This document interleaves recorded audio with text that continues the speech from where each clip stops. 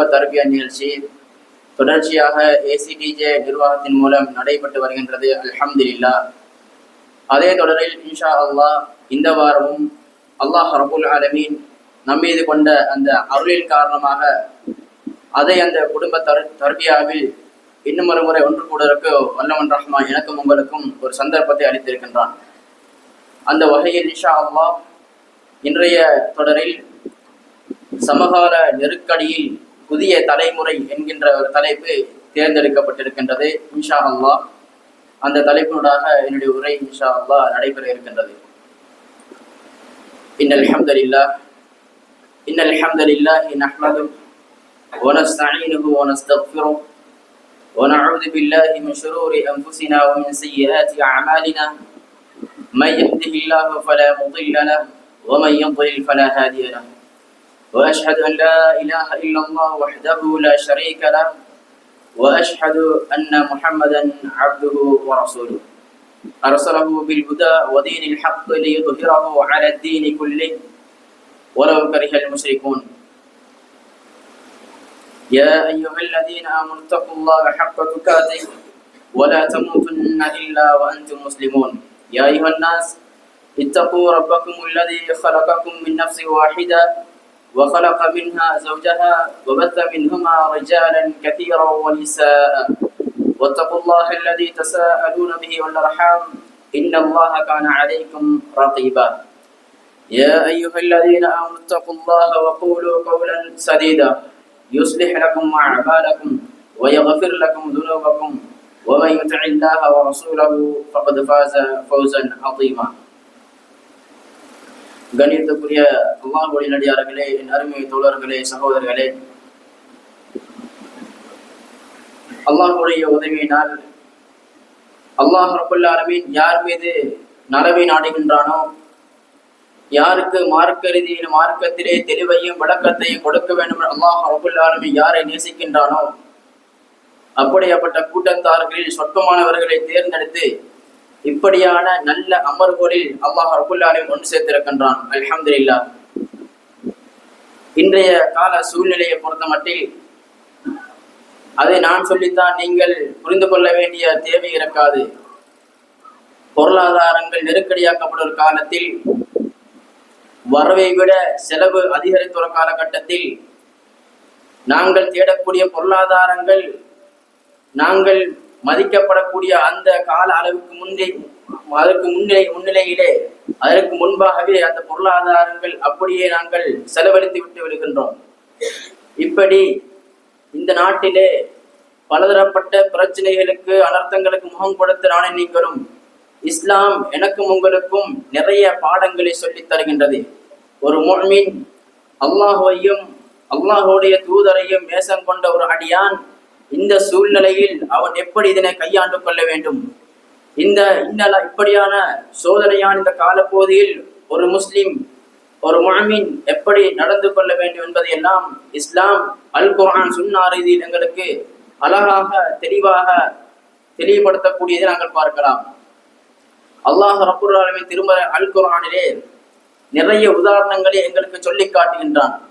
பலதரப்பட்ட உதாரணங்களை அல்லாஹ் சொல்லி காட்டுகின்றான். இதற்காக வேண்டி ஒரு முஃமின் தன்னை தானே மாற்றிக்கொள்ள வேண்டும், அவன் தன்னிடத்திலே நிறைய மாற்றங்களை கொண்டு வர வேண்டும் என்பதற்காக வேண்டி அல்லாஹ் ஒரு பாடத்தை எங்களுக்கு சொல்லித் தருகின்ற போது அதனை வெறுமனே ஒரு வார்த்தையாக சொல்லிவிடாமல், வெறுமனே ஒரே வார்த்தையில் சொல்லிவிடாமல் அதற்காக வேண்டி ஒரு உதாரணத்தை ரப்புல் ஆலமீன் சொல்லி காட்டுகின்றான். இதற்காக வேண்டி இந்த அடியான் அதனை சரியாக விளங்கிக் கொள்ள வேண்டும், அந்த அடியான் தன்னுடைய வாழ்க்கையை சரியாக சுதாகரித்துக் கொள்ள வேண்டும், கட்டுப்படுத்திக் கொள்ள வேண்டும், சீர்மைப்படுத்திக் கொள்ள வேண்டும் என்பதற்காக வேண்டி திருமறை அல் குர்ஆனை பிரட்டி படித்து பார்த்தால் நிறைய உதாரணங்களை எனக்கும் உங்களுக்கு பார்க்கலாம். அந்த அடிப்படையை அல்லாஹ் ரப்பல் ஆலமீன் திருமறை அல் குர்ஆனில் சூரா நஹ்லின் 112வது வசனத்திலே பேசுகின்ற போது ஒரு கிராமத்தை பற்றி அல்லாஹ் சொல்லி காட்டுகின்றான். எப்படி? வதரபல்லாஹு மஸலன் கரியதன் கானத் ஆமினத்துன் வ முத்மஇன்னா. ஒரு கிராமம் அழகாக சாந்தமாக அல்லாஹ்வுடைய அருள் வளம் நிறைந்த ஒரு கிராமத்தை பற்றி அல்லாஹ் சொல்லி காட்டுகின்றான். அல்லாஹ் ரப்பல் ஆலமீன் அந்த கிராமவாசியருக்கு நிறைய அல்லாஹுடைய நிஅமத்துக்களையும் அருட்களையும் அல்லாஹ் கொடுத்திருந்தான். ஆனால் கால ஓட்டங்கள் அவர்களை கடந்து போக போக எப்படி அதனை அவர்கள் நடைமுறையில் எப்படி அதனை கையாண்டார்கள், அல்லாஹ் அவர்களுக்கு கொடுத்த அந்த அருட்கொடைகளுக்கு நன்றி செலுத்தாமல் அல்லாஹ் ஒவ்வொரு வாழ்க்கையில கொடுக்கக்கூடிய நிஅமத்துக்களை புறக்கணித்து வாழ ஆரம்பிக்கின்ற போது அல்லாஹ் எப்படி சொல்லுகின்றான், அல்லாஹுடைய அந்த அருள்கொடைகளை நிஅமத்துக்களை அவர்கள் புறக்கணிக்கின்ற போது அல்லாஹுடைய வேதனை, அல்லாஹுடைய சோதனை அந்த சமுதாயத்தாரை வந்து அடைவதை அல்லாஹ் திருமறை அல் குர்ஆனில் சொல்லி காட்டுகின்றான். அல்லாஹ் ரப்புல் ஆலமீன் அந்த சமுதாயத்தாருக்கு 2 விதமான சோதனைகள் அல்லாஹ் கொடுத்திருந்தான். 2 விதமான சோதனைகள் அந்த சமுதாயத்தை போர்த்தி கொண்டது. அல்லாஹ் சொல்லுகின்ற போது அதில் முதலாவது பசி, இரண்டாவதாக அல்லாஹ் பயத்தை சொல்லி காட்டுகின்றான். இந்த 2க்கு மத்தியிலே நிறைய வேறுபாடு இருப்பதை நாங்கள் புரிந்து கொள்ளலாம். அதே அடுத்த பகுதியில் நாங்கள் திருமறை அல் குர்ஆனை படித்து பார்த்தோம்னு சொன்னால், சூரா குரைஷை நாங்கள் படித்து பார்த்தோம்னு சொன்னால், அந்த சிறிய சூறாவில் அல்லாஹ் ரப்புல் ஆலமீன் எப்படி சொல்லுகின்றான், நாங்கள் ஒரு சமுதாயத்தாருக்கு முஃமின்கள் ஒரு சிலருக்கு நாங்கள் பசி பயத்தை கொண்டு நாங்கள் அவர்களுக்கு அபயம் அளித்தோம், அந்த 2ஐ கொண்டு நாங்கள் அவர்களுக்கு என்ன செஞ்சோம், விமோசனத்தை கொடுத்தோம் என்று சொல்லி காட்டுகின்றான். எனவே அல்லாஹுடைய நிஅமத் என்பதை நான் நீங்களும் அதனை சிந்தனை செய்ய முடியாது. ஒவ்வொரு அடியாருடைய வாழ்க்கையிலும் அல்லாஹ் பலதரப்பட்ட நிஅமத்துக்களையும் அருட்கொடைகளையும் அல்லாஹ் வைத்துத்தான் இருக்கின்றான். நம்மில் பலதரப்பட்டவர்கள் இந்த நிஅமத்தை புறக்கணிப்பதற்கான அடிப்படை காரணம் என்ன தெரியுமா? இதனை சரியாக இஸ்லாம் அல்லாஹுடைய நிஅமத்தை எப்படி புரிந்து கொள்வதற்கு வழிகாட்டுகின்றதோ அதனை சரியா அந்த அடிப்படையில் புரிந்து கொள்ளாமல் அல்லாஹ் என்ற வாழ்க்கையில எந்த ஒரு அருளையும் வைக்கவில்லை என்ற அடிப்படையில் ஒரு நன்றி கட்ட அடியானாக வாழ ஆரம்பிக்கின்றான். அல்லாஹுடைய தூதர் ஸல்லல்லாஹு அலைஹி வஸல்லம் அவர்களுக்கு எப்படி வழிகாட்டினார்கள்? அல்லாஹுடைய தூதர் ஸல்லல்லாஹு அலைஹி வஸல்லம் கூறினார்கள், உன்துரு இலா மன் ஹுவ அஸ்ஃபல மின்கும் வலா தன்துரு இலா மன் ஹுவ ஃபௌககும். உங்களுடைய வாழ்க்கையில எல்லா தருணத்திலும், உங்களுடைய வாழ்க்கையில எல்லா சந்தர்ப்பத்திலும் நீங்கள் எப்படி தெரியுமா வாழ பழகிக் கொள்ள வேண்டும்? உங்களை விட்டும் ஒரு படித்தரம் கீழ்மட்டத்திலே ஒரு சில சமுதாயத்தார்கள் வாழ்கின்றார்கள். அல்லாஹ் எனக்கு ஒரு வாழ்க்கையை வைத்திருக்கின்றானா, அந்த வாழ்க்கையை அடைய முடியாமல், அந்த வாழ்க்கையை அனுபவிக்க முடியாமல் ஒரு சில குடும்பங்கள், ஒரு சில நம்முடைய உறவினர்கள் அல்லது பக்கத்து வீட்டுக்காரர்கள் அல்லது என்னுடைய நண்பர்கள் அல்லது என்னுடைய உடம்பிறந்த என்னுடைய குடும்பத்தார்கள் அந்த மட்டத்தை விட ஒரு சில கீழ் மட்டத்திலே வாழ்ந்து கொண்டிருக்கின்றார்களே, அவர்களை நாங்கள் பார்த்தால் அல்ஹம்துலில்லாஹ், அல்லாஹ் இன்றைக்கு என்னை கண்ணியமான முறையில் வாழ வைத்திருக்கின்றான் என்று ஒரு அடியான் அல்லாஹுடைய நிஅமத்தை அழகாக புரிந்து கொள்கின்றான். அன்பார்ந்த ஈமானிய உறவுகளே, அல்லாஹுடைய நல்லடியார்களே, தாய்மார்களே, சகோதரிகளே, சாதாரண உதாரணத்தை எடுத்துக்கொள்ளுங்கள். இப்போது கடுமையாக மழை பெய்யக்கூடிய இந்த காலகட்டத்திலே நானும் நீங்கள் இருந்து கொண்டிருக்கின்றோம். இந்த கடுமையான மழை பெய்யக்கூடிய இந்த கால சூழ்நிலையிலே ஒரு குடிசையிலே ஒரு சகோதரன் வசித்துக் கொண்டிருக்கின்றான் சொன்னால், அதை அந்த குடிசையிலே ஆங்காங்கே ஒரு சில இடங்களில் மழை துளிகள் விழுகின்ற போது அவன் அந்த சிறிய குடிசைக்குள்ளே தனக்கென ஒரு ஒதுங்குப்புறத்தை தேடிக்கொள்கின்றானே, அந்த அடியானை நாங்கள் பார்த்தால், அந்த சகோதரனை நாங்கள் பார்த்தால், அந்த குடும்பத்தார்களை நாங்கள் பார்த்தால் அல்ஹம்துலில்லாஹ், அந்த வாழ்க்கையை விட்டும் அல்லாஹ் ஒரு புறம் தள்ளி எங்களை ஒரு அழகான ஒரு வாழ்க்கையை வாழ்வதற்கான ஒரு படித்தரத்தை அல்லாஹ் வைத்திருக்கின்றான். இப்படி நாங்கள் ஒருவரை ஒருவர் ஒப்பிட்டு நாங்கள் பார்த்தோம்னு சொன்னால் நாங்கள் அல்லாஹுக்கு நன்றியுள்ள ஒரு முஃமினாக நாங்கள் வாழலாம். அப்படியா இல்லையா? இப்படி எல்லா சந்தர்ப்பங்களிலும் ஏண்ட வாழ்க்கையோட ஒரு தர கீழ் மட்டத்தில் எப்படி வாழ்ந்தார்கள், ஆனா இன்றைக்கு சமகாலத்தில் எப்படி வாழ்கின்றார்கள்? என்னுடைய பக்கத்து வீட்டுக்காரன் எப்படி வாழ்கின்றான், என்னுடைய குடும்ப உறவினர்கள் எப்படி வாழ்கின்றார்கள், என்னுடைய கண்களுக்கு முன்னால் என்னுடைய நண்பர்கள் எப்படி வாழ்கின்றார்கள், இப்படி அடுத்தவர்களை பார்த்து பார்த்து பார்த்து அடுத்தவருடைய வாழ்க்கையோடு தன்னுடைய வாழ்க்கையை கம்பேர் பண்ணி பார்க்க ஆரம்பிக்கின்ற போதே இறுதி தருவாய் என்ன தெரியுமா நடக்கின்றது? கடைசி முடிவு எப்படி தெரியுமா இருக்கின்றது? அல்லாஹ் என்ற வாழ்க்கையில எந்த ஒன்றையும் நிஅமத்தாக வைக்கவே இல்லை என்ற அடிப்படையில் அவன் நன்றி கட்ட அடியானாக, எந்த ஒரு நிம்மதியை இழந்தவனாக இந்த உலகத்திலே வாழக்கூடியவர்கள் நாங்கள் பார்க்கின்றோமா இல்லையா? எனவே அல்லாஹையும் அல்லாஹுடைய தூதரையும் நேசிக்கக்கூடிய ஒரு அடியான் எப்படி வாழ வேண்டும், இஸ்லாம் அவனுக்கு எப்படியான பாடத்தை கற்றுக் கொடுக்கின்றது, இந்த விடயங்களை நாங்கள் புரிந்தோம் என்று சொன்னால் அழகான முறை எங்களுடைய வாழ்க்கையை நாங்கள் என்ன செய்து கொள்ளலாம், சீர்மைப்படுத்திக் கொள்ளலாம், கட்டுப்படுத்திக் கொள்ளலாம் என்பதை இஸ்லாம் எனக்கும் உங்களுக்கும் தெளிவாக சொல்லி காட்டுகின்றது. அன்பார்ந்த ஈமான் உறவுகளே, அல்லாஹ் ரப்புல் ஆலமீன் நான் முன்னால் சொன்ன இந்த குர்ஆனிய வசனத்திலே சொல்லக்கூடிய இந்த 2 விதமான சோதனைகள், ஒன்று பசி, இரண்டாவது அல்லாஹ் பயத்தை சொல்லி காட்டுகின்றார். இந்த இரண்டையும் நாங்கள் கொஞ்சம் உரசி பார்த்தோம் என்று சொன்னால், இதனை கொஞ்சம் நாங்கள் விலங்கெடுத்தோம் என்று சொன்னால், ஒரு பயத்தை பொறுத்த மட்டில் குடும்பத்திலே ஒரு பிள்ளை ஒரு தவறு செய்கின்ற போது நாங்கள் அந்த பிள்ளையை உருக்குவோம், அந்த பிள்ளைக்கு பயம் காட்டுவோம். இந்த தவறை இதற்கு பிறகு செய்து விடாதே, இந்த தவறை இதற்கு பிறகு வாழ்க்கையை நீ செய்யக்கூடாது என்று அந்த பிள்ளையை உருக்குகின்ற போது, அவனை நாங்கள் கொஞ்சம் எச்சரிக்கை செய்கின்ற போது அந்த பிள்ளை அந்த சந்தர்ப்பத்திலே பயப்படுகின்றான். ஆனால் ஒரு சில மணித்தியாலங்கள், ஒரு சில நேரங்கள் கடந்து போகின்ற போது அந்த தாய் அந்த பிள்ளையை அரவணைக்கின்ற போது அந்த பிள்ளையுடைய உள்ளத்தில் அந்த பயம் நீக்கப்பட்டு சாதாரணமான சுமூகமான நிலைக்கு அந்த பிள்ளை திரும்புவதை நாங்கள் பார்க்கின்றோம். ஆனால் இந்த பசியை பொறுத்த மட்டில் இந்த பசி அவ்வாறு கிடையாது. ஒரு அடியானுக்கு, ஒரு முஸ்லிமுக்கு, ஒரு அடியானுக்கு அன்றைய நாளுக்குரிய வாழ்வதற்கான அந்த உணவு அவனுக்கு கிடைக்கவில்லை என்று சொன்னால் அவன் தவிக்கின்றான். ஏதாவது ஒன்றை சாப்பிட்டால் தன்னுடைய உயிரை காத்து கொள்ள வேண்டும். உணவை தேடி அலைகின்றான், உணவை தேடி வீட்டுக்கு வீடு செல்கின்றான், உணவை தேடி பாதையோரங்களில் அலைந்து திரிகின்றான். ஆனால் இந்த பசியுடைய கொடுமை அந்த அளவுக்கு பயங்கரமானது என்பதை இஸ்லாம் வரலாற்று ரீதியாக எங்களுக்கு அழகாக பாடம் கற்பிப்பதை நாங்கள் பார்த்துக் கொள்ளலாம். நபி யூசுப் அலைஹிஸ்ஸலாம் அவருடைய வாழ்க்கை வரலாறு, நபி யூசுப் அலைஹிஸ்ஸலாம் அவருடைய சமுதாயத்துடைய நடந்த மிக முக்கியமான ஒரு சம்பவத்தை நான் நீங்கள் படிப்பினையாக பெற்றுக் கொள்ள வேண்டும். அன்பார்ந்த நெஞ்சங்களே, நீண்ட தூரம் நாங்கள் வேறு வேறு நாடுகளை ஒப்பிட்டு நாங்கள் சிந்தனை செய்ய வேண்டிய அவசியம் கிடையாது. எம்முடைய இலங்கை திருநாட்டை எடுத்துக்கொண்டால், இந்த நாட்டிலே நானும் நீங்களும் இன்றைக்கு அல்ஹம்துலில்லாஹ் அல்லாஹுடைய உதவினால் சாந்தமாக நாங்கள் வாழ்கின்றோம் என்று சொன்னால் அல்லாஹுடைய ஒரு அருள் என்பதை நாங்கள் புரிந்து கொள்ள வேண்டும்.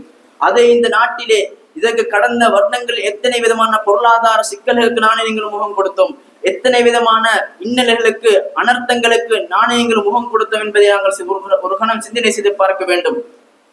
அல்லாஹ் ரப்புல் ஆலமீன் நபி யூசுப் அலைஹிஸ்ஸலாமுடைய சமுதாயத்தாருக்கு கொடுத்த அந்த சோதனையை பற்றி, அந்த வறுமையை பற்றி சொல்லி காட்டுகின்ற போது 2-3 மாதங்கள் கொண்டு அந்த வறுமையை அல்லாஹ் கொடுக்கவில்லை. மாறாக 7 வருடங்கள் அவர்கள் பசியிலே அலைந்திருந்த வரலாற்றை இஸ்லாம் எங்களுக்கு சொல்லி காட்டுகின்றது. பிரதேசம் விட்டு பிரதேசம், நாடு விட்டு நாடு, இப்படி ஊரு விட்டு ஊரு, அந்த எப்படியாவது தன்னுடைய வயிற்றை கொஞ்சம் நலைத்துக் கொள்ள வேண்டும் என்பதற்காக அந்த சமுதாயம் அலைந்திருந்ததை இஸ்லாம் எனக்கும் உங்களுக்கும் சொல்லி காட்டுங்க என்று சொன்னால் இதிலே நானும் நீங்களும் பாடம் படிப்பிக்க வேண்டும். சகோதரர்களே, இந்த மார்க்கம் வெறுமனே பொருளாதாரத்தை மையப்படுத்தி பொருளாதாரத்தை மாத்திரம் தேடிக்கொள்ள வேண்டும் என்று ஊக்குவிக்கப்பட்ட மார்க்கம் அல்ல. மாறாக 7 வருடத்துக்கான சேமிப்பை பாடமாக சொல்லித்தரக்கூடிய மார்க்கம் என்னுடைய மார்க்கம். ஒவ்வொருவரும் தன்னுடைய வாழ்க்கையிலே சேமிப்பு என்பதற்கான ஒரு இடத்தை வைக்க வேண்டும். ஆனால் இன்றைய சமூகத்திலே போக்கை நாங்கள் பொறுத்த மட்டில் அதற்கான இடத்தை கொடுக்காமல் சேமிப்பு என்ற ஒன்றையே மறந்து இன்றைக்கு நினைத்து பார்க்காத அளவில் நிறையவே வீண் விரயம், நிறையவே வீணான தேவைகளுக்கு தன்னுடைய பொருளாதாரங்களை செலவழிக்கக்கூடியவர்கள் நாங்கள் பார்க்கின்றோம்.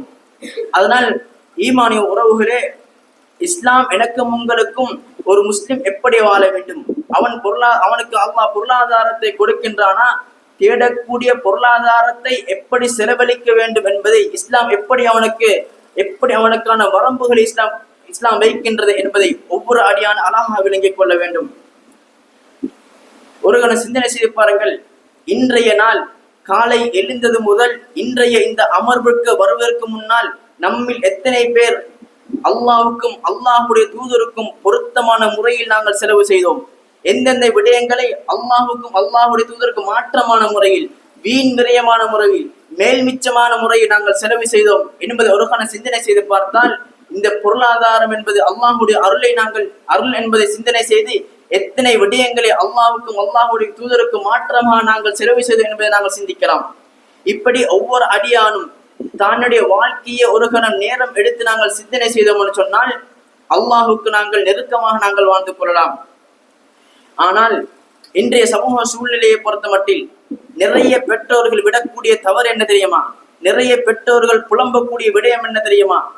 தனிமையான முறையிலே தனிப்பட்ட ரீதியிலே வந்து கவலைப்படக்கூடிய விடயம் என்னவென்று சொன்னால், அல்லாஹ் ரப்புல் ஆலமீன் பொருளாதாரத்தை அவர்களுக்கு கொடுக்கின்ற போது அந்த பெற்றோர்கள் தங்களது பிள்ளைகளுக்கு அந்த பொருளாதாரத்தை கொண்டு செலவழிக்க அவர்களுக்கு கொடுக்கின்ற போது அந்த பிள்ளைகளுக்கு தான் படுகின்ற கஷ்டத்தை காட்டாமல், பெற்றோர்கள் எப்படி அந்த பொருளாதாரத்தை கஷ்டப்பட்டு உழைத்து எடுப்பதை அந்த பிள்ளைகளுக்கு காட்டி வளர்க்காத அந்த காரணத்தால் அந்த குழந்தைகள் அந்த பொருளாதாரத்தை தன்னுடைய பெற்றோர் என்று கண்டமாக சுரண்டி அதனை வீணான களியாட்டங்களில், வீணான செலவுகளில் அதனை அப்படியே செலவழித்து விட்டு இன்றைய சமகாலத்தில் வாழக்கூடிய எத்தனை வாலிபர்களை நாங்கள் பார்க்கின்றோம்.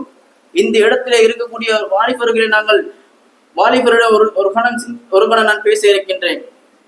அதாவது அல்லாஹ் இந்த இடத்தில் இருக்கக்கூடியவர்களில் 35-40 வயதை அடைந்த, வாழ்க்கையிலே முதிர்ச்சி பருவத்தை அடைந்த எத்தனையோ பெற்றோர்களிடத்தில் போய் கேட்டு பார்த்தால் அவர்கள் அந்த வாழ்க்கையை, அவர்கள் அந்த செய்யக்கூடிய அந்த தொழில் வாய்ப்பை பெறுவதற்கு எவ்வளவோ கஷ்டங்களை, இன்னல்களை கடந்து ஒரு தொழிலை பெற்று அந்த தொழிலை தொடர்ந்து பயணிக்கின்றார்கள் என்று சொன்னால், தன்னுடைய பிள்ளைகளுக்கு தான் படக்கூடிய கஷ்டத்தை ஊட்டி அவர்கள் வளர்க்க வேண்டும்.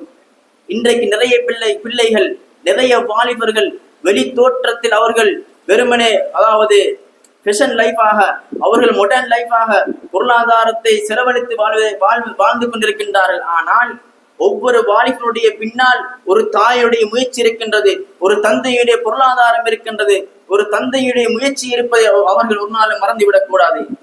எனவே வளர்ந்து வரக்கூடிய இந்த ஜெனரேஷன், இன்றைய காலப்பகுதி, இன்றைய வாலிபர்களை பொறுத்த மட்டில் சாஃப்ட் ஜெனரேஷன் என்று சொல்வார்கள். எந்த ஒரு கஷ்டங்களும் படாமல் அவர்கள் சொகுசாக வாழ ஆரம்பிக்கின்றார்கள். ஆனால் இஸ்லாம் எங்களுக்கு அப்படி வழிகாட்டவில்லை.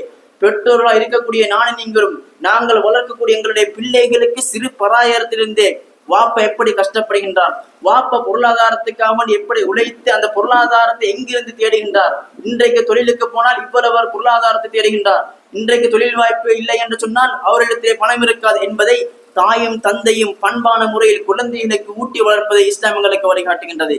இன்றைக்கு இந்த விடைய நம்முடைய சமுதாயத்தை இல்லாத காரணத்தால் தான் எத்தனையோ பெற்றோர்கள் கண்ணீர் வடிக்கக்கூடிய காட்சியை நாங்கள் பார்க்கின்றோம். எனவே இப்படியான மாற்றங்கள் நம்முடைய குடும்ப ரீதியாக நாங்கள் இதனை கொண்டு வர வேண்டும்.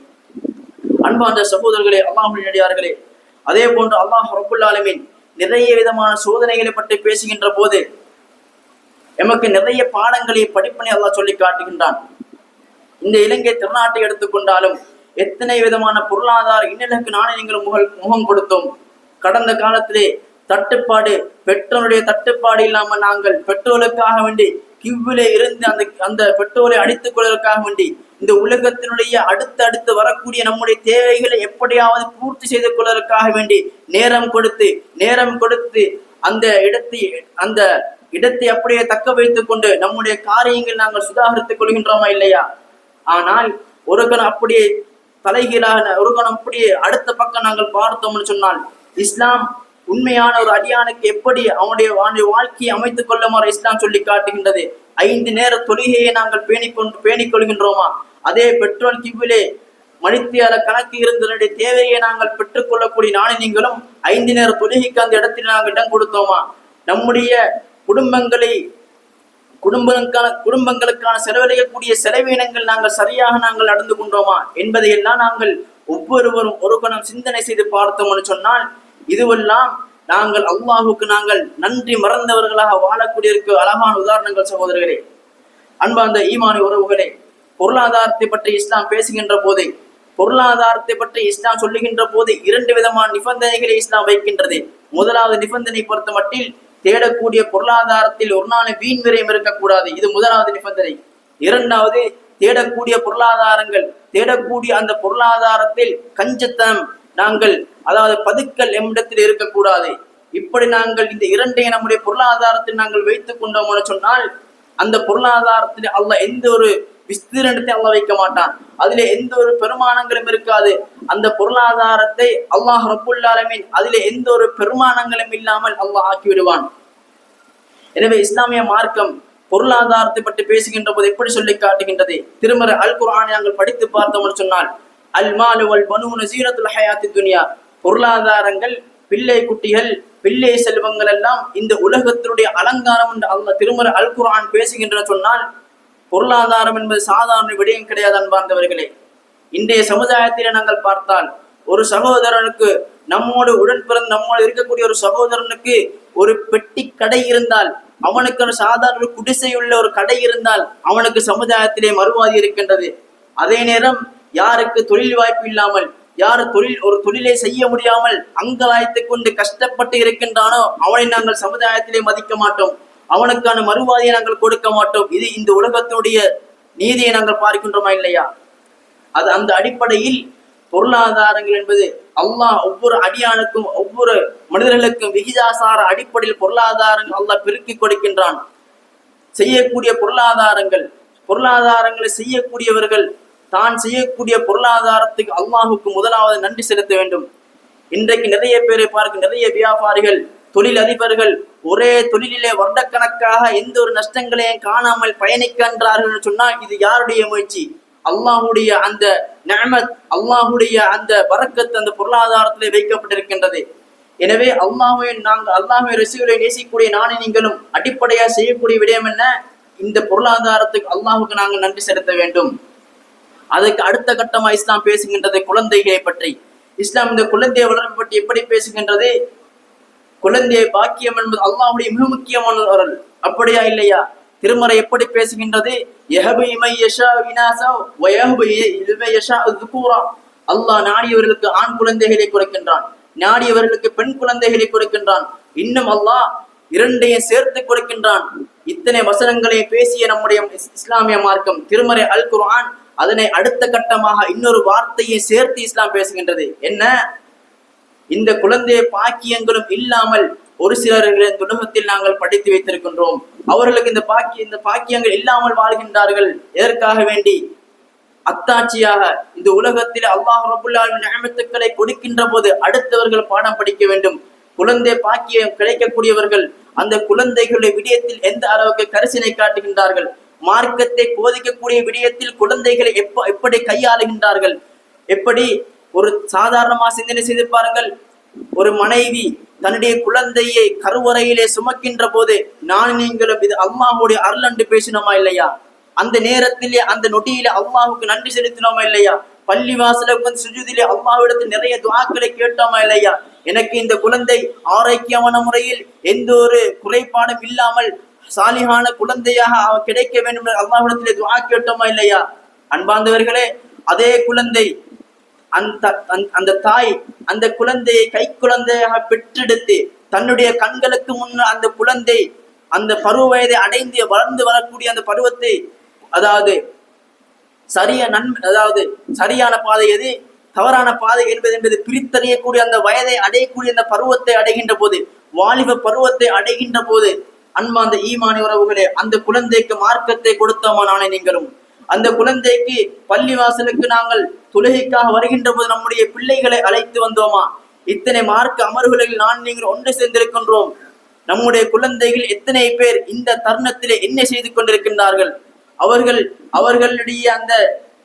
அவருடைய காரியங்களுக்கு நாங்கள் சிந்தனைகளை கொடுக்காமல், நீ எப்படி தெரியும், நிறைய பெற்றோர்களுடைய சமுதாயத்திலே பேசுகின்றார்கள். மௌலவி என் பிள்ளைக்கு என் பொடியனுக்கு எவ்வளவோ சொல்லி பார்த்துட்டேன், எவ்வளவோ அட்வைஸ் கொடுத்து பார்த்துட்டேன், அவன் கேட்கிற மாதிரி இல்ல, விளங்கி கொள்ற மாதிரி இல்ல. அதால எப்படி தெரியுமா நிறைய பெற்றோர்கள் பேசுகின்றார்கள், நீ போற போக்கள் அப்படியே போவாப்பான்னு சொல்லி அவனுடைய எல்லா எஜுகேஷனுடைய செலவுக்கும் அவனே படித்து ஒரு பட்டதாரியாக படித்து அவனை ஒரு இடத்திலே கரை சேர்ப்பதற்காக வேண்டிய பெற்றோர்கள் உழைத்து வேர்வை சிந்து அந்த குழந்தைக்கு கோடான கோடிகளை செலவழிக்கின்றார்கள். இஸ்லாம் என்ன சொல்லுகின்றது?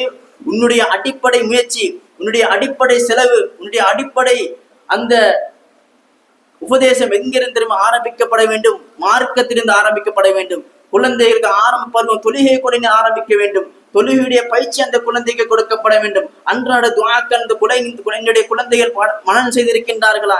எத்தனை சமுதாயத்திலே எத்தனை விதமான அவலங்களை நாங்கள் பார்க்கின்றோம். ஒரு ஜனாசா விழுந்தால், குடும்பத்திலே யாராவது ஒரு சகோதரர் அல்லது குடும்பத்திலே யாராவது ஒரு மரணித்தால், அந்த மரணித்தவர் ஜனாசாவாக கபரிடப்பட்ட சந்துக்களை வைக்கப்பட்டு தொழுகைக்காக பள்ளிவாசலுக்கு முன்னிலையில கொண்டு வந்து வைக்கப்படுகின்ற போது அந்த பெற்றோர் அந்த தந்தை அவர் பெற்றெடுத்த தன்னுடைய மகனை தொழுகைக்கு அவனோட வாப்புக்கு ஜனாசா தொழுகை தொழுவிக்கிறீர்களா அவர் முன்வருகின்ற போது அதே தருணத்திலே இல்லாமன் ரஹிமல்லா அல்லாஹ் அருள் செய்தவர்களை தவிர நிறைய வாலிபர்கள் இன்றைய காலத்திலே சமுதாயத்திலே பின்வாங்குகின்றார்கள். என்ன காரணம் தெரியுமா? என்ன தெரியுமா சொல்லுகின்றார்கள்? மௌலவி எனக்கு ஜனாசாவுடைய துஆக்கள் பாடம் இல்லை, ஜனாசாவிலே 3வது தக்பீருக்கு பிறகு அந்த ஜனாசாவுக்கு கேட்கக்கூடிய துஆவை நான் மனனம் செய்திருக்கவில்லை. இப்படி நிறைய வாலிபர்கள் கை சேதமடைந்து பின்வாங்கி செல்கின்றார்கள். ஆனால் குர்ஆன் சுன்னாவை பேணக்கூடிய பள்ளிவாசல் அல்லாத பள்ளிகளில் இப்படியான நிகழ்வுகள் நடக்கின்ற போது எப்படி தெரியுமா கையாளப்படுகின்றது? யாரோ ஒருவர் வந்து ஜனாசாவை தொழுகை நடத்துகின்றார். அதே தொழுகையிலே எத்தனையோ சிறுக்கு குப்பைகளை அரங்கேற்றிக் கொண்டு அதே பிதாக்களோடு கொண்டு போய் ஒரு தந்தை அடக்கப்படுவார்கள் சொன்னால் இது இஸ்லாம் எனக்கும் உங்களுக்கு வழிகாட்டுகின்றதா? ஒவ்வொரு பெற்றோர்களும் தன் உள்ளத்திலே கை வைத்து பாருங்கள். எந்த பிள்ளையுடைய முயற்சி, எந்த பிள்ளைக்கு கொடுக்கக்கூடிய மார்க்கத்துடைய அளவு, மார்க்கத்துடைய அந்த பெர்சன்டேஜ் எப்படி என்ற பிள்ளைக்கு நான் கொடுத்திருக்கின்றேன். வெறுமனே நாங்கள் மற்றும் மார்க்க ரீதியாக வெறுமனே நாங்கள் மாத்திரம் குர்ஆனை சுன்னாவை பேணக்கூடிய ஒரு முஸ்லிமாக வாழ்ந்து விட்டு போகுமாறு இஸ்லாம் எனக்கும் உங்களுக்கு பாடம் கற்பிக்கவில்லை சகோதரர்களே. நாங்கள் படிக்கக்கூடிய ஒவ்வொரு அணுவணுவான விடயங்கள், நாங்கள் கேட்கக்கூடிய ஒவ்வொரு அணுவணுவான சிறிய சிறிய விடயங்கள் தன்னுடைய குடும்பத்திலிருந்து அது அரங்கேற்றப்பட வேண்டும், தன்னுடைய குடும்பத்திலிருந்து அதை நடைமுறைக்கு கொண்டு வர வேண்டும் சகோதரர்களே. இது வல்லாமல் வாயளவில் மார்க்கமா, வாயளவில் நாங்கள் தீனை பிரகடனம் செய்து வாழ்ந்தோம்னு சொன்னால் இந்த மார்க்கம் ஒரு காலத்தில் நம்முடைய உள்ளத்தில் அந்த கலட்டி எறியப்படும் சகோதரர்கள். அல்லாஹ் பாதுகாக்க வேண்டும். எனவே நானும் நீங்கள் ஈமான் கொண்டிருக்கக்கூடிய இந்த மார்க்கம், நானும் நீங்களும் தன்னுடைய உள்ளத்திலே சுமந்திருக்கக்கூடிய இந்த மார்க்கம் என்பது சாதாரண மார்க்கம் கிடையாது. அன்றைய காலத்திலே அல்லாஹுடைய தூதர் எப்படி இந்த மார்க்கத்தை கஷ்டப்பட்டு சோதனைக்கு மத்தியிலே குஃபார்கள் குறைஷருக்கு மத்தியில் இந்த மார்க்கத்துக்காக போராடி நிறைய யுத்த களங்களில் ஈடுபட்டு இந்த மார்க்கத்தை சுமந்த நபிகளார் அவர்களை தொடர்ந்து வந்த உத்தம நபித்தோர்கள் தன்னுடைய இரத்தங்களை சிந்தி, குடும்பங்களை பிரிந்து, மனைவி மக்களை இழந்து, பொருளாதாரங்களை இழந்து, இப்படி ஒவ்வொருவருடைய சொத்து செல்வங்களை எல்லாம் இழந்து இந்த மார்க்கத்தை சுமந்து நம்முடைய உள்ளத்திலே கொண்டு வந்து சேர்த்திருக்கின்றார்கள் சொன்னால் இதே கடமைப்பாடு. இந்த மார்க்கத்தை சுமந்து கடைசி வரைக்கினுடைய மரணம் வரைக்கும் மார்க்கத்தை சுமந்து செல்லக்கூடிய கடமை ஒவ்வொரு முஸ்லிமான தாய் தந்தையுடைய ஒவ்வொரு முஸ்லிமான மனிதனுடைய உள்ளத்தில் ஆழமாக பதியப்பட வேண்டும். கண்ணியத்துக்குரிய அல்லாஹ்வுடையார்களே, எனவே இந்த விடயத்தில் நாங்கள் கரிசனையாக இருந்து கொள்ள வேண்டும். அதே போன்று அல்லாஹ் ரப்புல் ஆலமீன் சொல்லி காட்டுகின்றான், இன்றைய சமுதாயத்திலே நெருக்கடியான சூழ்நிலைக்கு மத்தியிலே நீங்கள் வாழக்கூடிய இந்த காலகட்டத்திலே இந்த இலங்கை திருநாட்டில் கடந்த காலங்களில் எத்தனையோ அனர்த்தங்களை நாங்கள் முகம் கொடுத்தோம். இஸ்லாம் எங்களுக்கு அழகாக ஹதீஸ்களோடாக உதாரணம் காட்டி சொல்வதை கொஞ்சம் படித்து பாருங்கள். அல்லாஹ்வுடைய தூதர் ஸல்லல்லாஹு அலைஹி வஸல்லம் சொல்லுகின்றார்கள், இன்ன உம்மத்தக்கும் ஹாதிஹி ஜுஇலத் ஆஃபியா. இந்த சமுதாயத்துக்கு நாங்கள் நிறைய நலன்களையும் பாதுகாப்புகளையும் நாங்கள் கொடுத்து வைத்திருந்தோம். ஆனால் காலங்கள் கடந்து போக போக அல்லாஹ் அவருக்கு சோதனைகளை கொண்டு வருகின்ற போது அந்த சோதனைகளை அந்த இறை விசுவாசிகள் அந்த அடியார்கள் எப்படி தெரியுமா கையாண்டார்கள்? ஒரு சோதனை இப்போது வருகின்ற போது அவர்கள் எப்படி தெரியுமா பேசினார்கள்? உண்மையான இறை விசுவாசிகள் எப்படி தெரியுமா பேசுவார்கள்? இது என்னை அழித்து விடக்கூடியது என்று சொல்லுவார்கள். ஆனால் அதே நொடியிலே சும்மா யுரத்துக்கு அந்த சோதனை அதை கொஞ்சம் குறைக்கப்பட்டு அந்த சோதனையுடைய கடினத்தன்மை குறைக்கப்பட்டு அதற்கு பிறகு இன்னொரு சோதனை வருகின்ற போது சொல்லுவார்கள், இதுவும் என்னை இந்த உலகத்திலே அழித்து விடக்கூடியது என்று பேசுவார்கள். ஆனால் உண்மையிலே அல்லாஹ்வுடைய தூதரை ஈமான் கொண்ட மறுமையிலே நரகத்தை விட்டு விமோசனம் அடையக்கூடிய உண்மையான இறை விசுவாசிகள் எப்படி திரும்ப எதிர்பார்ப்பார்கள்? எப்படி திரும்ப நடந்து கொள்ளுமாறு இஸ்லாம் சொல்லுகின்றது? மனிதர்கள் மத்தியிலே நாங்கள் பேசுகின்ற போது, மனிதர்களோடு நடந்து கொள்ளுகின்ற போது நான் ஒரு விடயத்தை ஒரு மனிதரிடம் இப்படி எதிர்பார்க்கின்றேன், அவர் என்னோடு இப்படி நடந்து கொள்ள வேண்டும், என்னுடைய விடயத்தில் அவர் இப்படி நடந்து கொள்ள வேண்டும் என்று உள்ளம் ஆசைப்படுகின்ற போது அதே ஆசை அதே உணர்வோடு அவர் மற்ற மக்களோடு நடந்து கொள்ள வேண்டும். முதலில் அவர் அடுத்த மக்களோடு தான் எப்படி விரும்புகின்றோமோ, மற்ற மக்கள் என்னோடு எப்படி நடந்து கொள்ள வேண்டும் அவர் விரும்புகின்றாரோ அதற்கு முன்னால் அவர் அடுத்த மக்களோடு அதே போல் நடந்து கொள்ள வேண்டும் என்பது இறை விசுவாசனுடைய அடையாளமாக இஸ்லாம் சொல்லி காட்டுகின்றது. கொஞ்சம் இந்த நாட்டில் நடந்த அனர்த்தங்களை எடுத்து பாருங்கள். கடந்த காலங்களிலே எத்தனையோ வெள்ள அனர்த்தங்களுக்கு நாங்கள் முகம் கொடுத்தோமா இல்லையா? எத்தனை விதமான சோதனைகள் நாங்கள் கடந்து போனோம். அந்த சோதனையுடைய அந்த சோதனை கஷ்டங்கள் வருகின்ற போது நாங்கள் எப்படி பேசினோம்? சுப்ஹானல்லாஹ், இதை விட ஒரு சோதனை இந்த நாட்டிலே வருமா? இதற்கு பிறகு இப்படியான சோதனை வருமா? இதுவே மிகப்பெரிய ஒரு சோதனையாக இருந்து கொண்டிருக்கின்றது. ஆனால் இந்த திக்வா புயல், இந்த திக்வா என்பது நமக்கு அழகான ஒரு பாடத்தை கற்பித்து விட்டு சென்று விட்ட சகோதரர்களே. எல்லா மனிதர்களுக்கும் அவருடைய அந்தஸ்துக்கு ஏற்றவர் அல்லாஹ் நிறைய பாடங்களை கற்பித்து விட்டு சென்றிருக்கின்றது. இந்த திக்வா புயல் நம்மை கடந்து போகின்ற போது இப்போது நம்முடைய உள்ளம் எப்படி தெரியுமா பேசுகின்றது? அதை கடந்து நாங்கள் சாதாரண வாழ்க்கைக்கு திரும்புகின்ற போது அல்லாஹ்வுடைய அந்த சோதனைகளை நாங்கள் மறந்து வாழ்கின்றோம் சகோதரர்களே. இப்படி இருக்கக்கூடாது. இஸ்லாம் எப்படி எங்களுக்கு வழிகாட்டுகின்றது? ஒரு சோதனை வருகின்றதா, ஒரு துன்பம் வருகின்றதா, ஒரு இன்னல் வருகின்றதா, ஒரு நெருக்கடி வருகின்றதா, ஒரு வாழ்க்கையிலே அசைய முடியாத அளவுக்கு ஒரு கஷ்டம் வருகின்றதா, அந்த கஷ்டங்களை நாங்கள் மறந்துவிடக் கூடாது. அல்லாஹ் ஒரு முஃமினை அந்த கஷ்டத்திலிருந்து வெளியேற்றி விடுகின்ற போது அல்லாஹுக்கு நன்றி செலுத்தியவர்களாக அதிகம் அல்லாஹ்விடத்திலே பாதுகாப்பு தேட வேண்டும். வறுமையை கொண்டு அல்லாஹ்வுடைய தூதர் நிறையவே பாதுகாப்பு தேடினார்கள். நபி தோழர்களுக்கும் இந்த வறுமையை விட்டு பாதுகாப்பு தேடுமாறு நிறைய உபதேசம் செய்தார்கள். சகோதரர்களே, இந்த வறுமை என்பது சாதாரணமான ஒன்று கிடையாது. எவ்வளவு பொருளாதாரங்கள் கோடான கோடிகளை நாங்கள் சேமித்து வைத்தாலும் அந்த கோடான கோடி செல்வங்கள் இருந்தும் தேவையான பொருட்களை வாங்கிக் கொள்ள முடியாத அளவுக்கு நாட்டிலே பொருட்கள் தட்டுப்பாடாக இருந்தால் நாங்கள் கையிலே எத்தனை கோடிகளை வைத்திருந்தாலும் அந்த கோடிகளுக்கு பெருமானம் இல்லாமல் இருக்க சகோதரர்களே. எனவே அல்லாஹ் சொத்துக்களை, அல்லாஹ் பொருளாதாரங்களை தருகின்ற போது அந்தந்த நொடியிலே அல்லாஹுக்கு நாங்கள் நன்றியுள்ள அடியாராக நாங்கள் வாழ வேண்டும் சகோதரர்களே. அன்பார்ந்த ஈமான் உறவுகளே, இப்படி நிறைய வரலாற்று நடிகரை நாங்கள் பார்த்தோம்னு சொன்னால் நிறைய உதாரணங்கள் எனக்கும் உங்களுக்கு பாடமாக சொல்லித் தருகின்றது. ஹஜ்ஜாஜ் இப்னு யூசுப் என்று சொல்லப்படக்கூடிய வரலாற்று ரீதியாக பேசப்படக்கூடிய அவரது ஆட்சியிலே நடந்த ஒரு சில கொடூரமான கொடுங்கோல் அவருடைய ஆட்சியில அந்த கடுமைத்தன்மையை பற்றி பேசுகின்ற போது அனஸ் இப்னு மாலிக் ரலியல்லாஹு அன்ஹு இடத்துல மக்கள் முறைப்பாடு செய்கின்றார்கள். ஹஜ்ஜாஜ் இப்னு யூசுப் அவருடைய ஆட்சியை பற்றி முறைப்பாடு செய்கின்ற போது என்ன தெரியுமா சொன்னார்கள்? இஸ்பிரு ஃபஇன்னஹு லா யஅதி அலைக்கும் ஸமான், நீங்கள் பொறுமையாக இருந்து கொள்ளுங்கள். இந்த பிரச்சனை இன்றைக்கு நாளைக்கு முடியக்கூடிய பிரச்சனை அல்ல. சோதனைகள் கடந்து வருகின்ற போது இதுவெல்லாம் இந்த பிரச்சனை இப்போதே முடிந்துவிட்டு நாளைக்கு அதற்கு விடுவி கிடைக்க போகின்றது என்பதை நாங்கள் உணர்ந்துவிடக் கூடாது. இஸ்லாமிய மார்க்கத்தை பொறுத்த மட்டில் நபித்தருடைய வாழ்க்கையை எடுத்துக்கொண்டால் ஆரம்ப காலம், அவர்கள் இஸ்லாத்தை ஏற்றுக்கொண்ட ஆரம்ப காலகட்டத்தை படித்து பாருங்கள். நல்லா இஸ்லாம் அவர்களே நிறைய செல்வங்களை கொடுத்து, அவருடைய வாழ்க்கையில் நிறைய பரக்கத்துக்களை கொடுத்து, பொருளாதாரங்களிலே அபிவிருத்தியை கொடுத்து, குடும்பத்திலே அபிவிருத்தியை கொடுத்து, சாதாரண வாழ்க்கையை வாழ்ந்து கொண்டிருக்கக்கூடிய எல்லா நபிமார்களுக்கும் கடைசி தருவாய் அவருடைய வாழ்க்கையிலே கடைசி இறுதி நிலை எப்படி இருந்தது? ஒவ்வொரு நபிமாருடைய வாழ்க்கையை சோதனையா இஸ்லாம் கொண்டு வருவதை நாங்கள் பார்க்கின்றோமா இல்லையா? ஒவ்வொரு நபித்தருடைய வாழ்க்கையை படித்து பாருங்கள். கடைசி தருவாய் அவருடைய இறுதி தருவாய் எப்படி இருந்தது?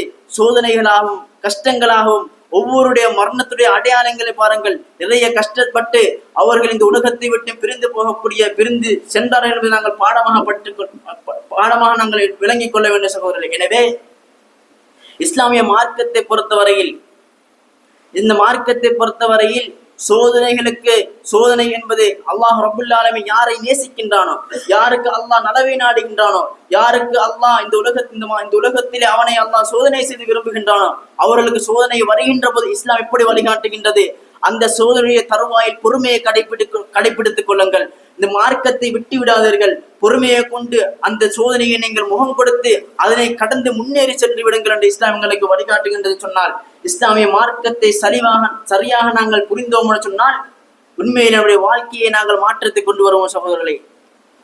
அன்பார்ந்த ஈமான் உறவுகளே, இது எதுவரைக்கும் என்று இஸ்லாம் சொல்லுகிறோம் சொன்னால் இந்த பொறுமையும் இந்த எல்லா முயற்சியும் நம் இடத்திலே எதுவரை இருக்க வேண்டும் என்று சொல்லி இஸ்லாம் எங்களுக்கு உபதேசம் செய்கின்றது என்று பார்த்தோம் சொன்னால் ஹத்தா துல்கு ரப்பக்கும், உங்களுடைய ரப்பை நீங்கள் சந்திக்கின்ற வரைக்கும். அப்படி என்றால் இந்த மரணம் உங்களை வந்தடைகின்ற வரைக்கும் நீங்கள் உங்களுடைய காரியங்கள் எல்லா விடயத்தில் நடக்கக்கூடிய சோதனைகள், கஷ்டங்கள், துன்பங்கள் பொறுமையை கொண்டு கடைபிடிங்கள், பொறுமையை கொண்டு கையாளுங்கள், பொறுமையை கொண்டு அவற்றை நீங்கள் விளங்கிக் கொள்ளுங்கள் என்று இஸ்லாம் எனக்கும் உங்களுக்கு உபதேசமாக சொல்லி காட்டுகின்றது.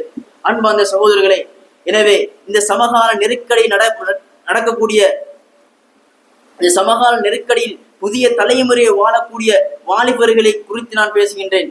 குறிப்பாக வாலிபர்கள் அவர்கள் தங்களுடைய வாழ்க்கையை எப்படி தெரியுமா சுதாகரித்துக் கொள்ள வேண்டும், அவர்கள் தங்களுடைய வாழ்க்கையை எப்படி தெரியுமா கட்டுப்படுத்திக் கொள்ள வேண்டும், சீர்மைப்படுத்திக் கொள்ள வேண்டும். இஸ்லாம் முதலாவதாக சொல்லி காட்டுகின்றது. அதாவது நேர முகாமைத்துவம், டைம் மேனேஜ்மெண்ட். இன்றைக்கு நாங்கள் பார்க்கின்ற சமுதாயத்திலே நிறைய வாலிபர்கள் நேரத்தை எதற்காக கொடுக்கின்றார்கள், தங்களது நேரங்களை எப்படி செலவழிக்கின்றார்கள்.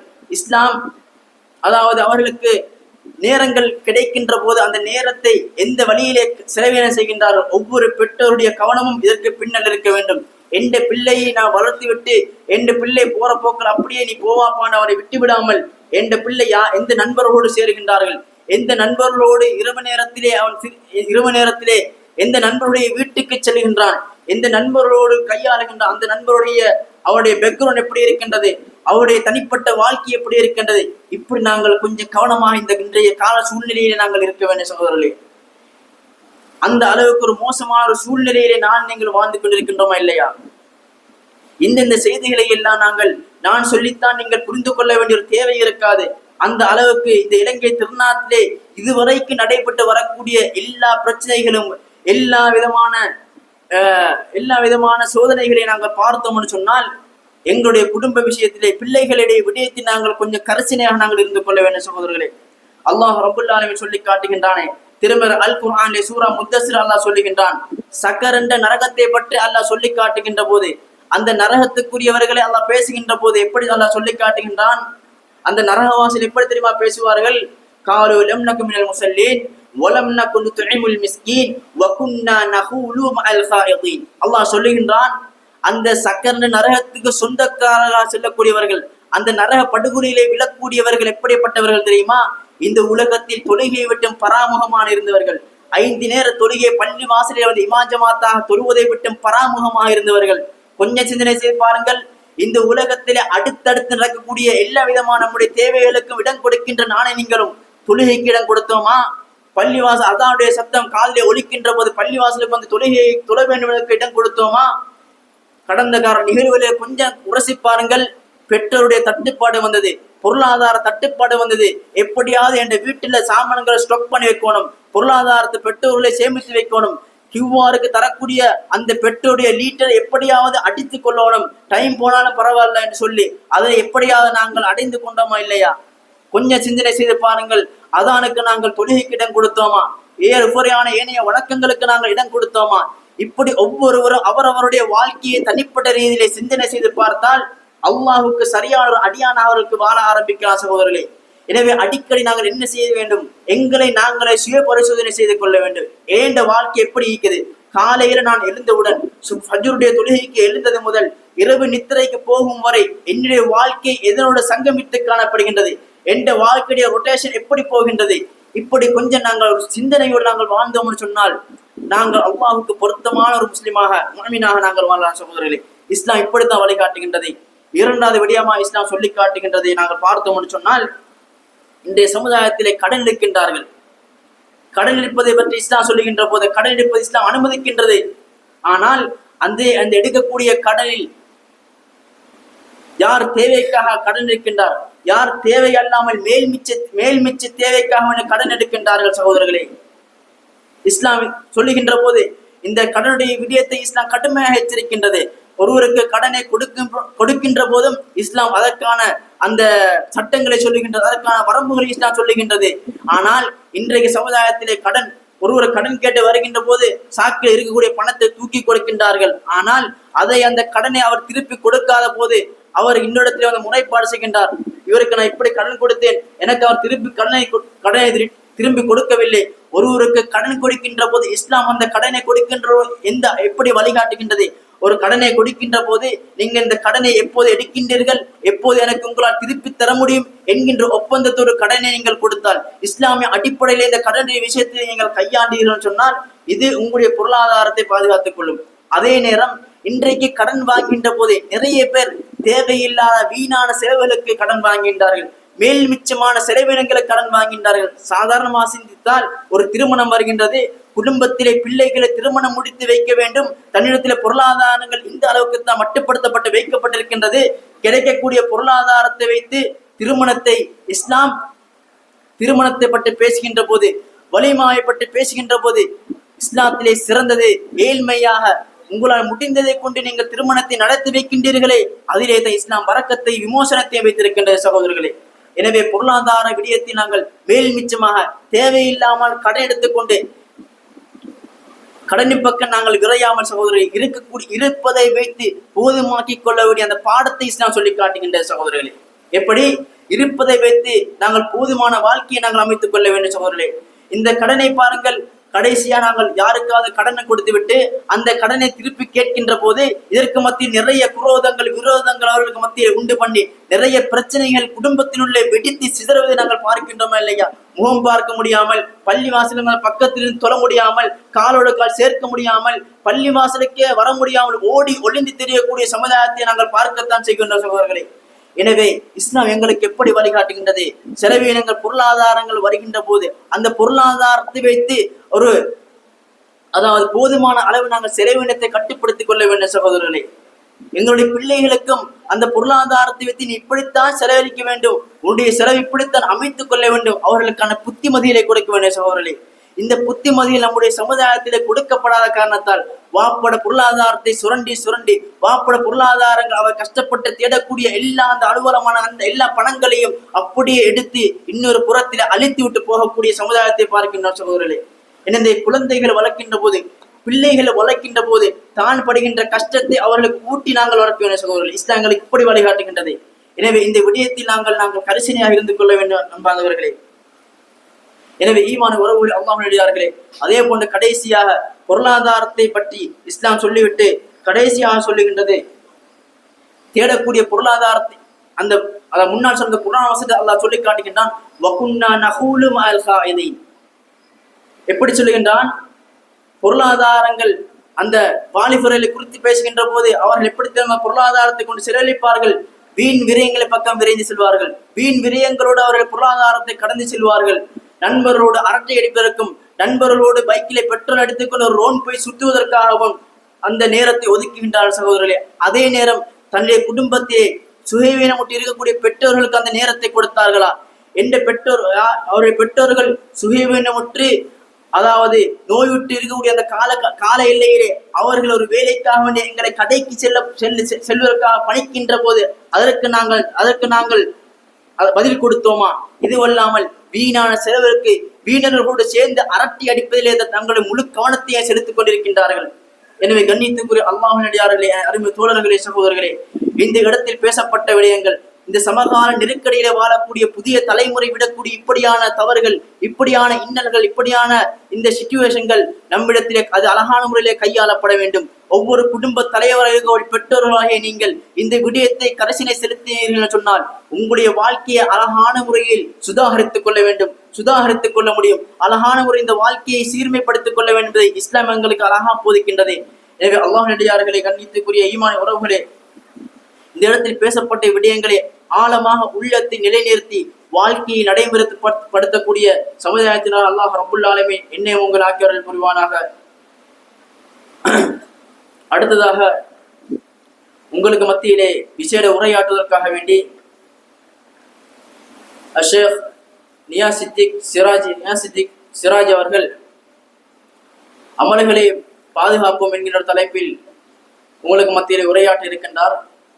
எனவே அந்த சந்தர்ப்பத்தை அவர்களுக்காக கொடுக்கிறோம்.